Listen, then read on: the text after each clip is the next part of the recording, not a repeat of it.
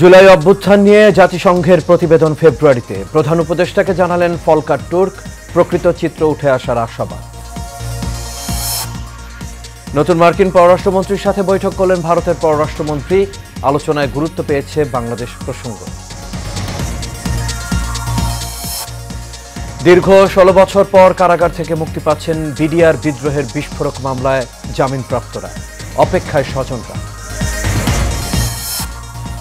এবং রাজধানী ঢাকা সহ সারা দেশে বেড়েছে শীতের তীব্রতা। উত্তরাঞ্চলের কয়েক জেলায় দেখা মিলছে না সূর্যে।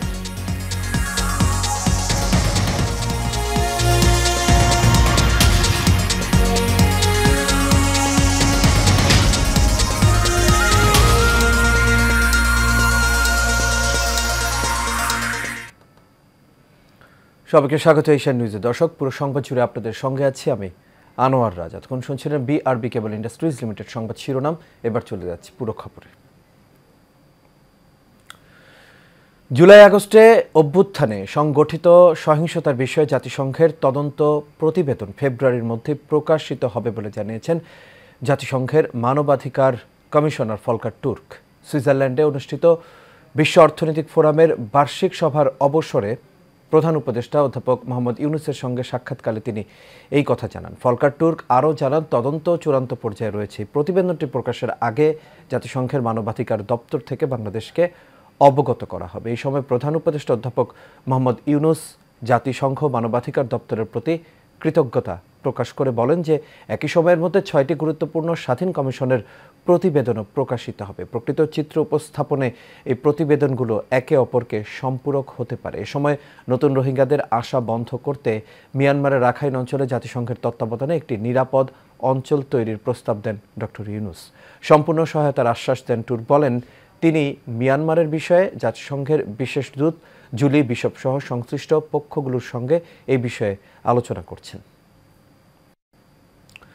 ভারতের পররাষ্ট্রমন্ত্রী এস জয়শঙ্কর ও নতুন মার্কিন পররাষ্ট্রমন্ত্রী মার্কো রুবিওর প্রথম বৈঠকে বাংলাদেশের পরিস্থিতি নিয়ে আলোচনা হয়েছে। বুধবার ওয়াশিংটন ডিসিতে দুই পররাষ্ট্রমন্ত্রীর দ্বিপাক্ষিক বৈঠকের পর এক সংবাদ সম্মেলনে জয়শঙ্কর জানান, বাংলাদেশ নিয়ে সংক্ষিপ্ত আলোচনা হয়েছে, তবে তিনি এই বিষয়ে বিস্তারিত জানাতে অস্বীকৃতি জানান। ট্রাম্প প্রশাসন ক্ষমতায় আসার পর রুবিও তার প্রথম দ্বিপাক্ষিক বৈঠক করেন জয়শঙ্করের সঙ্গে। ভারতের পররাষ্ট্রমন্ত্রী ট্রাম্পের অভিষেক অনুষ্ঠানে অংশ নিতে এবং কোয়াড বৈঠকের যোগ দিতে ওয়াশিংটন সফর করছেন। ট্রাম্প প্রশাসন তাদের প্রথম মেয়াদে কোয়াড উদ্যোগ গ্রহণ করেছিল, যা পরবর্তীতে বাইডেন প্রশাসন নেতৃত্ব পর্যায়ে উন্নীত করেছে। দীর্ঘ ১৬ বছর পর কারাগার থেকে বের হচ্ছেন বিস্ফোরক মামলায় জামিন পাওয়া বিডিআর সদস্যরা। ঢাকা কেন্দ্রীয় কারাগার থেকে মোট ৪১ জন, কাশিমপুর থেকে ২৬ জন, কাশিমপুর ২ থেকে ৮৯ জন, কাশিমপুর হাই সিকিউরিটি থেকে ১২ জন সহ মোট ১৬৮ জনকে মুক্তি দেওয়া হয়। এই বিষয়ে অতিরিক্ত কারা মহাপরিদর্শক কর্নেল মোহাম্মদ মোস্তফা কামাল বলেন, ১৬৮ জনের তালিকা তারা হাতে পেয়েছে। এরপরেই বিডিআর সদস্যদের মুক্তি দেওয়া হচ্ছে। এর আগে গত ২১ জানুয়ারি ঢাকার বিশেষ ট্রাইব্যুনাল ২-এর বিচারক মোহাম্মদ ইব্রাহিম মিয়ার আদালত জামিনপ্রাপ্ত ১৭৮ জন আসামির নাম প্রকাশ করেন। এর মধ্যে ১৬৮ জনের তালিকা হাতে পেয়েছে কারা কর্তৃপক্ষ। ২০০৯ সালের ২৫ ও ২৬ ফেব্রুয়ারি ঢাকার পিলখানায় সীমান্ত রক্ষী বাহিনীর সদর দপ্তরে বিদ্রোহের ঘটনায় ৫৭ সেনা কর্মকর্তা সহ ৭৪ জন নিহত হন। ওই ঘটনায় হত্যা ও বিস্ফোরক আইনে ২টি মামলা হয়। হত্যা মামলায় খালাস বা সাজা ভোগ শেষে বিস্ফোরক মামলার কারণে ৪৬৮ জনের মুক্তি আটকে আছে।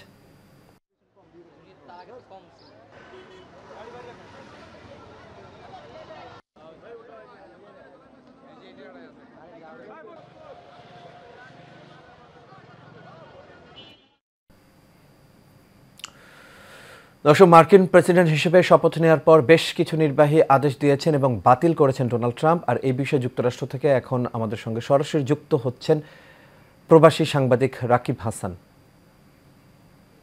নবনিযুক্ত মার্কিন প্রেসিডেন্ট ডোনাল্ড ট্রাম্প তিনি বেশ কিছু গুরুত্বপূর্ণ নির্বাহী আদেশ জারি করেছেন গত ২ দিনে।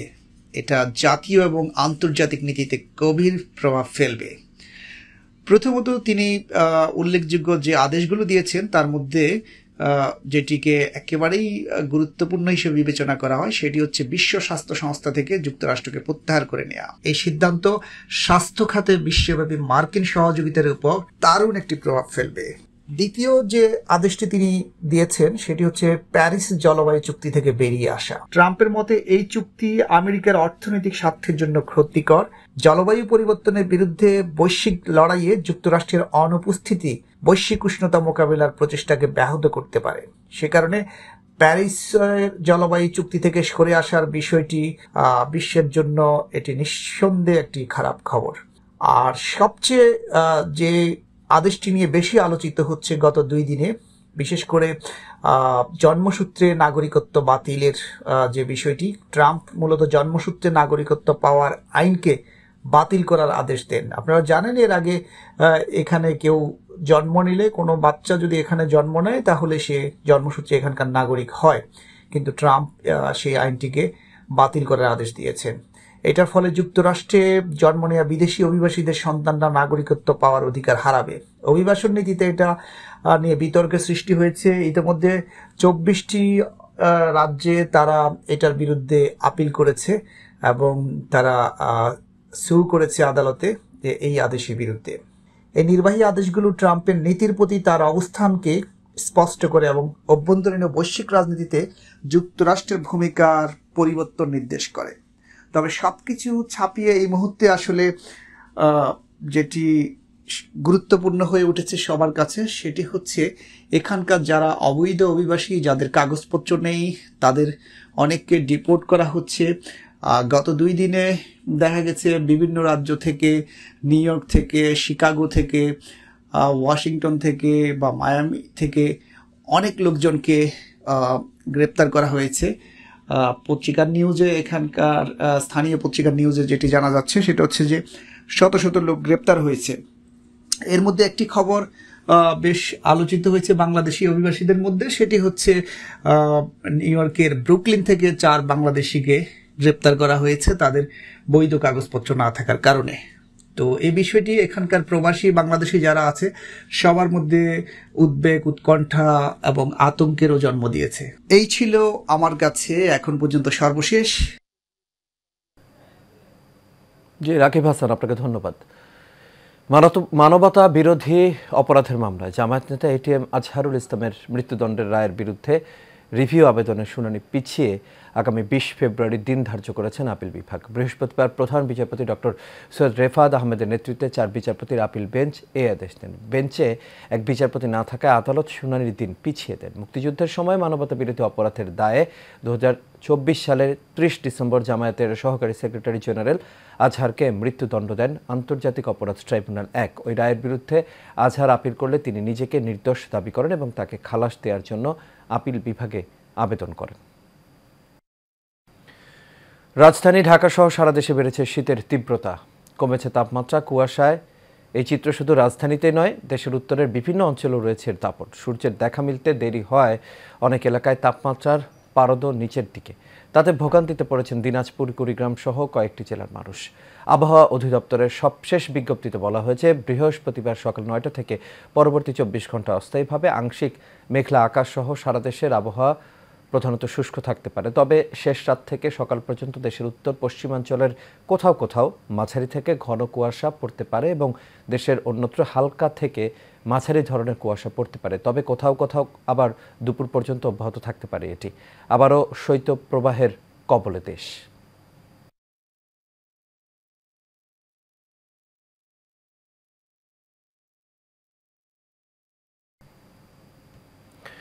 দর্শক, বগুড়া থেকে শীতের সবশেষ খবর জানিয়েছেন সাজু মিয়া।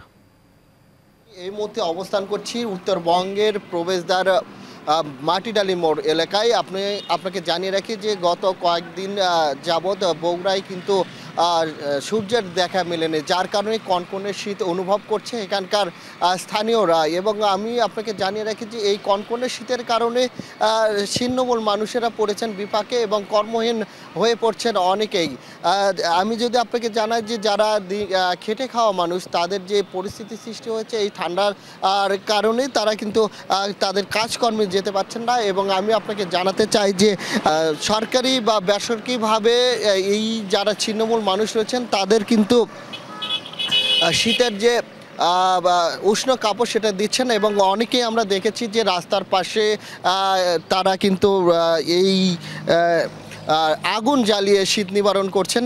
এবং আমি যেখানে অবস্থান করছি এটা ঢাকা টু রংপুর মহাসড়কের পাশে, মহাসড়কে এখানে আপনাকে দেখতে পাচ্ছেন যে যেগুলো দূরপাল্লার ঢাকা থেকে ছেড়ে আসা বাস এবং ট্রাক রয়েছে তারা কিন্তু যানবাহনগুলো দিনের বেলা ওই হেডলাইট জ্বালিয়ে আসছেন। তারা জানাচ্ছিলেন যে দিনের বেলায় হেডলাইট জ্বালিয়ে আসতে হচ্ছে, ঘন কুয়াশার থাকার কারণে তারা দুই হাত জায়গা পরপর দেখতে পাচ্ছেন না এবং সঠিক সময়ে তারা গন্তব্যস্থলে যেতে পারছেন না। আমি আপনাকে জানিয়ে রাখি যে বগুড়ার আমরা সরকারি এবং বেসরকারি হাসপাতাল এবং ক্লিনিকগুলোতে গিয়েছি এবং দেখেছি যে সেখানকার যারা সেখানকার অনেকেই কিন্তু ঠান্ডাজনিত রোগে আক্রান্ত হচ্ছেন এবং দিন দিন রোগীর সংখ্যা বৃদ্ধি পাচ্ছে এবং এই রুগীদের চিকিৎসার জন্য হিমশিম খাচ্ছে চিকিৎসকরা এবং তাদের চিকিৎসকরা পরামর্শ প্রদান করেছেন যে যারা এই ঠান্ডাজনিত রোগে আক্রান্ত হচ্ছেন তারা যেন চিকিৎসা নেন এবং যারা এখন পর্যন্ত আক্রান্ত হয়নি তারা যেন সাবধানে সতর্কতা অবস্থানে থাকেন। এবং আপনাকে জানাই যে বগুড়ার যে শীতের যে অবস্থান, এই কনকনে শীত এবং হিমেল হাওয়ায় আর কারণে শীতের অনুভবটা বেশি হচ্ছে, এমনটাই ছিল বগুড়ার শীতের সর্বশেষ পরিস্থিতি।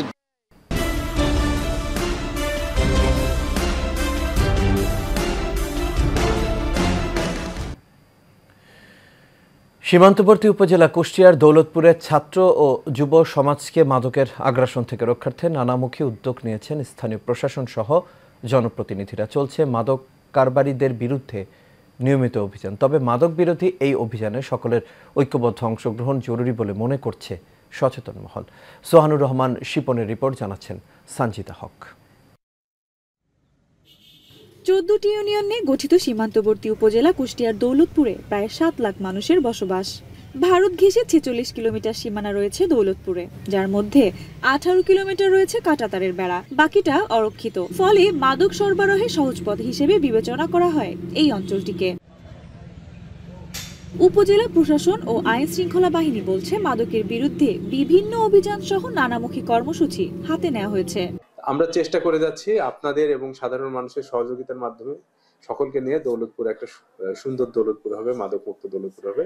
যুব সমাজকে যাতে ভালো পথে ফিরিয়ে আনা যায় এই জন্য স্কুল এবং কলেজগুলিতে যখন যেখানে যাই তখন সেখানে তাদেরকে তাৎক্ষণিকভাবে একটা সেমিনারের মাধ্যমে বা একটা বক্তব্যের মাধ্যমে তাতে মাদকের কুফল সম্পর্কে অবহিত করি, যাতে তার যুব সমাজটা এই মাদকের কুফলটা বুঝতে পারে এবং মাদক থেকে দূরে থাকতে পারে।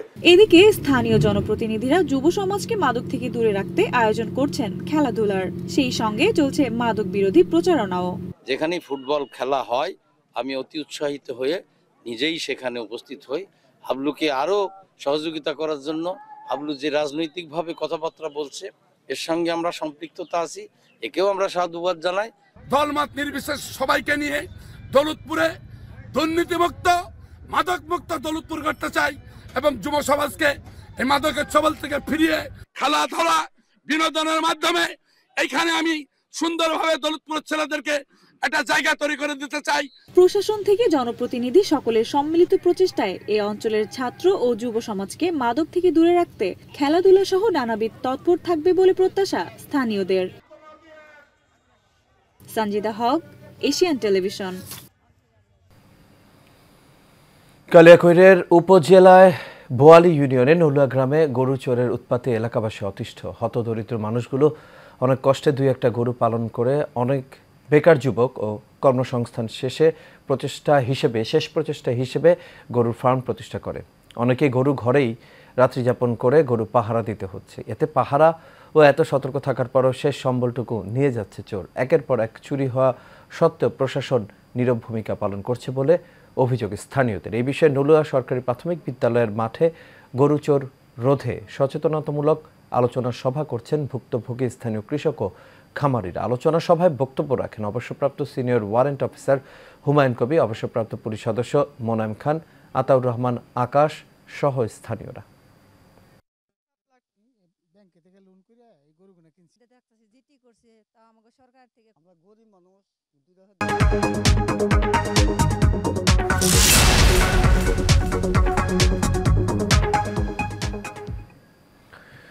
বাংলাদেশের AKS খান ফার্মাসিউটিক্যালসে $12.5 মিলিয়ন বিনিয়োগ করেছে ডেনমার্ক সরকার। এই বিনিয়োগের মাধ্যমে বাংলাদেশের সর্ববৃহৎ রিটেল ফার্মেসি চেইন 80টি শাখা সম্প্রসারণ এবং 30টিরও বেশি নতুন ডায়াগনস্টিক সেন্টার চালু করবে।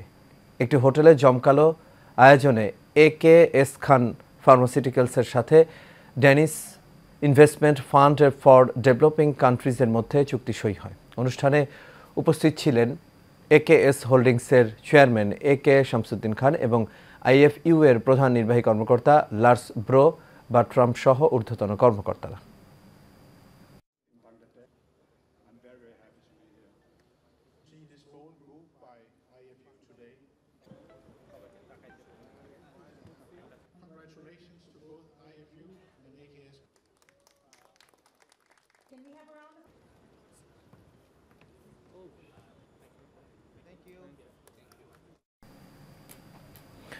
বিশ্বের সর্বাধুনিক নির্মাণ অবকাঠামো এবং কাঠ ও আসবাবপত্র সংশ্লিষ্ট শিল্পসহ বৈদ্যুতিক খাতের নতুন উদ্ভাবন, প্রযুক্তি ও পণ্য নিয়ে রাজধানীতে অষ্টমবারের মতো শুরু হলো আন্তর্জাতিক প্রদর্শনী। সকালে ASK trade and exhibitions private limited এবং FutureX trade fair and invest private লিমিটেডের যৌথ উদ্যোগে আয়োজিত এই প্রদর্শনীটি রাজধানীর ইন্টারন্যাশনাল কনভেনশন সিটি বসুন্ধরায় উদ্বোধন করা হয়। এই প্রদর্শনীটিতে দেশ বিদেশের প্রায় 100টি প্রতিষ্ঠান অংশ নিয়ে হাজারেরও বেশি পণ্য প্রদর্শন করেছেন। সকালে ICCBর সম্পূর্ণ নতুন সংযোজন এক্সপো ভিলেজে প্রদর্শনীটির উদ্বোধনী অনুষ্ঠানের আয়োজন করা হয়। অনুষ্ঠানের প্রধান অতিথি হিসেবে উপস্থিত ছিলেন centre for housing and building রিসার্চের নির্বাহী পরিচালক ইঞ্জিনিয়ার মোহাম্মদ আবু সাদিক। আর এর সাথে শেষ করবে এশিয়া নিউজ। তবে যাবার আগে BRB কেবল ইন্ডাস্ট্রিজ লিমিটেড সংবাদ শিরোনামগুলো দেখে নেব দর্শক আরও একবার।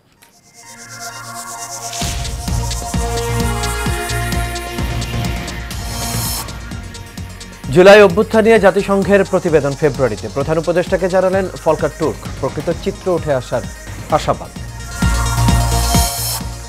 নতুন মার্কিন পররাষ্ট্রমন্ত্রীর সাথে বৈঠক করলেন ভারতের পররাষ্ট্রমন্ত্রী। আলোচনায় গুরুত্ব পেয়েছে বাংলাদেশ প্রসঙ্গ।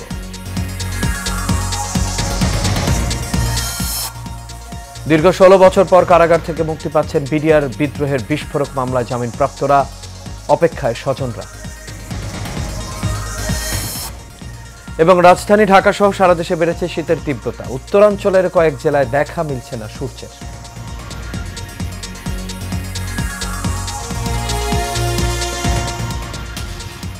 দর্শক, এই ছিল আমাদের এখনকার আয়োজন। আমাদের পরবর্তী সংবাদ দেখার আমন্ত্রণ রইল। এতক্ষণ সাথে থাকার জন্য সবাইকে ধন্যবাদ।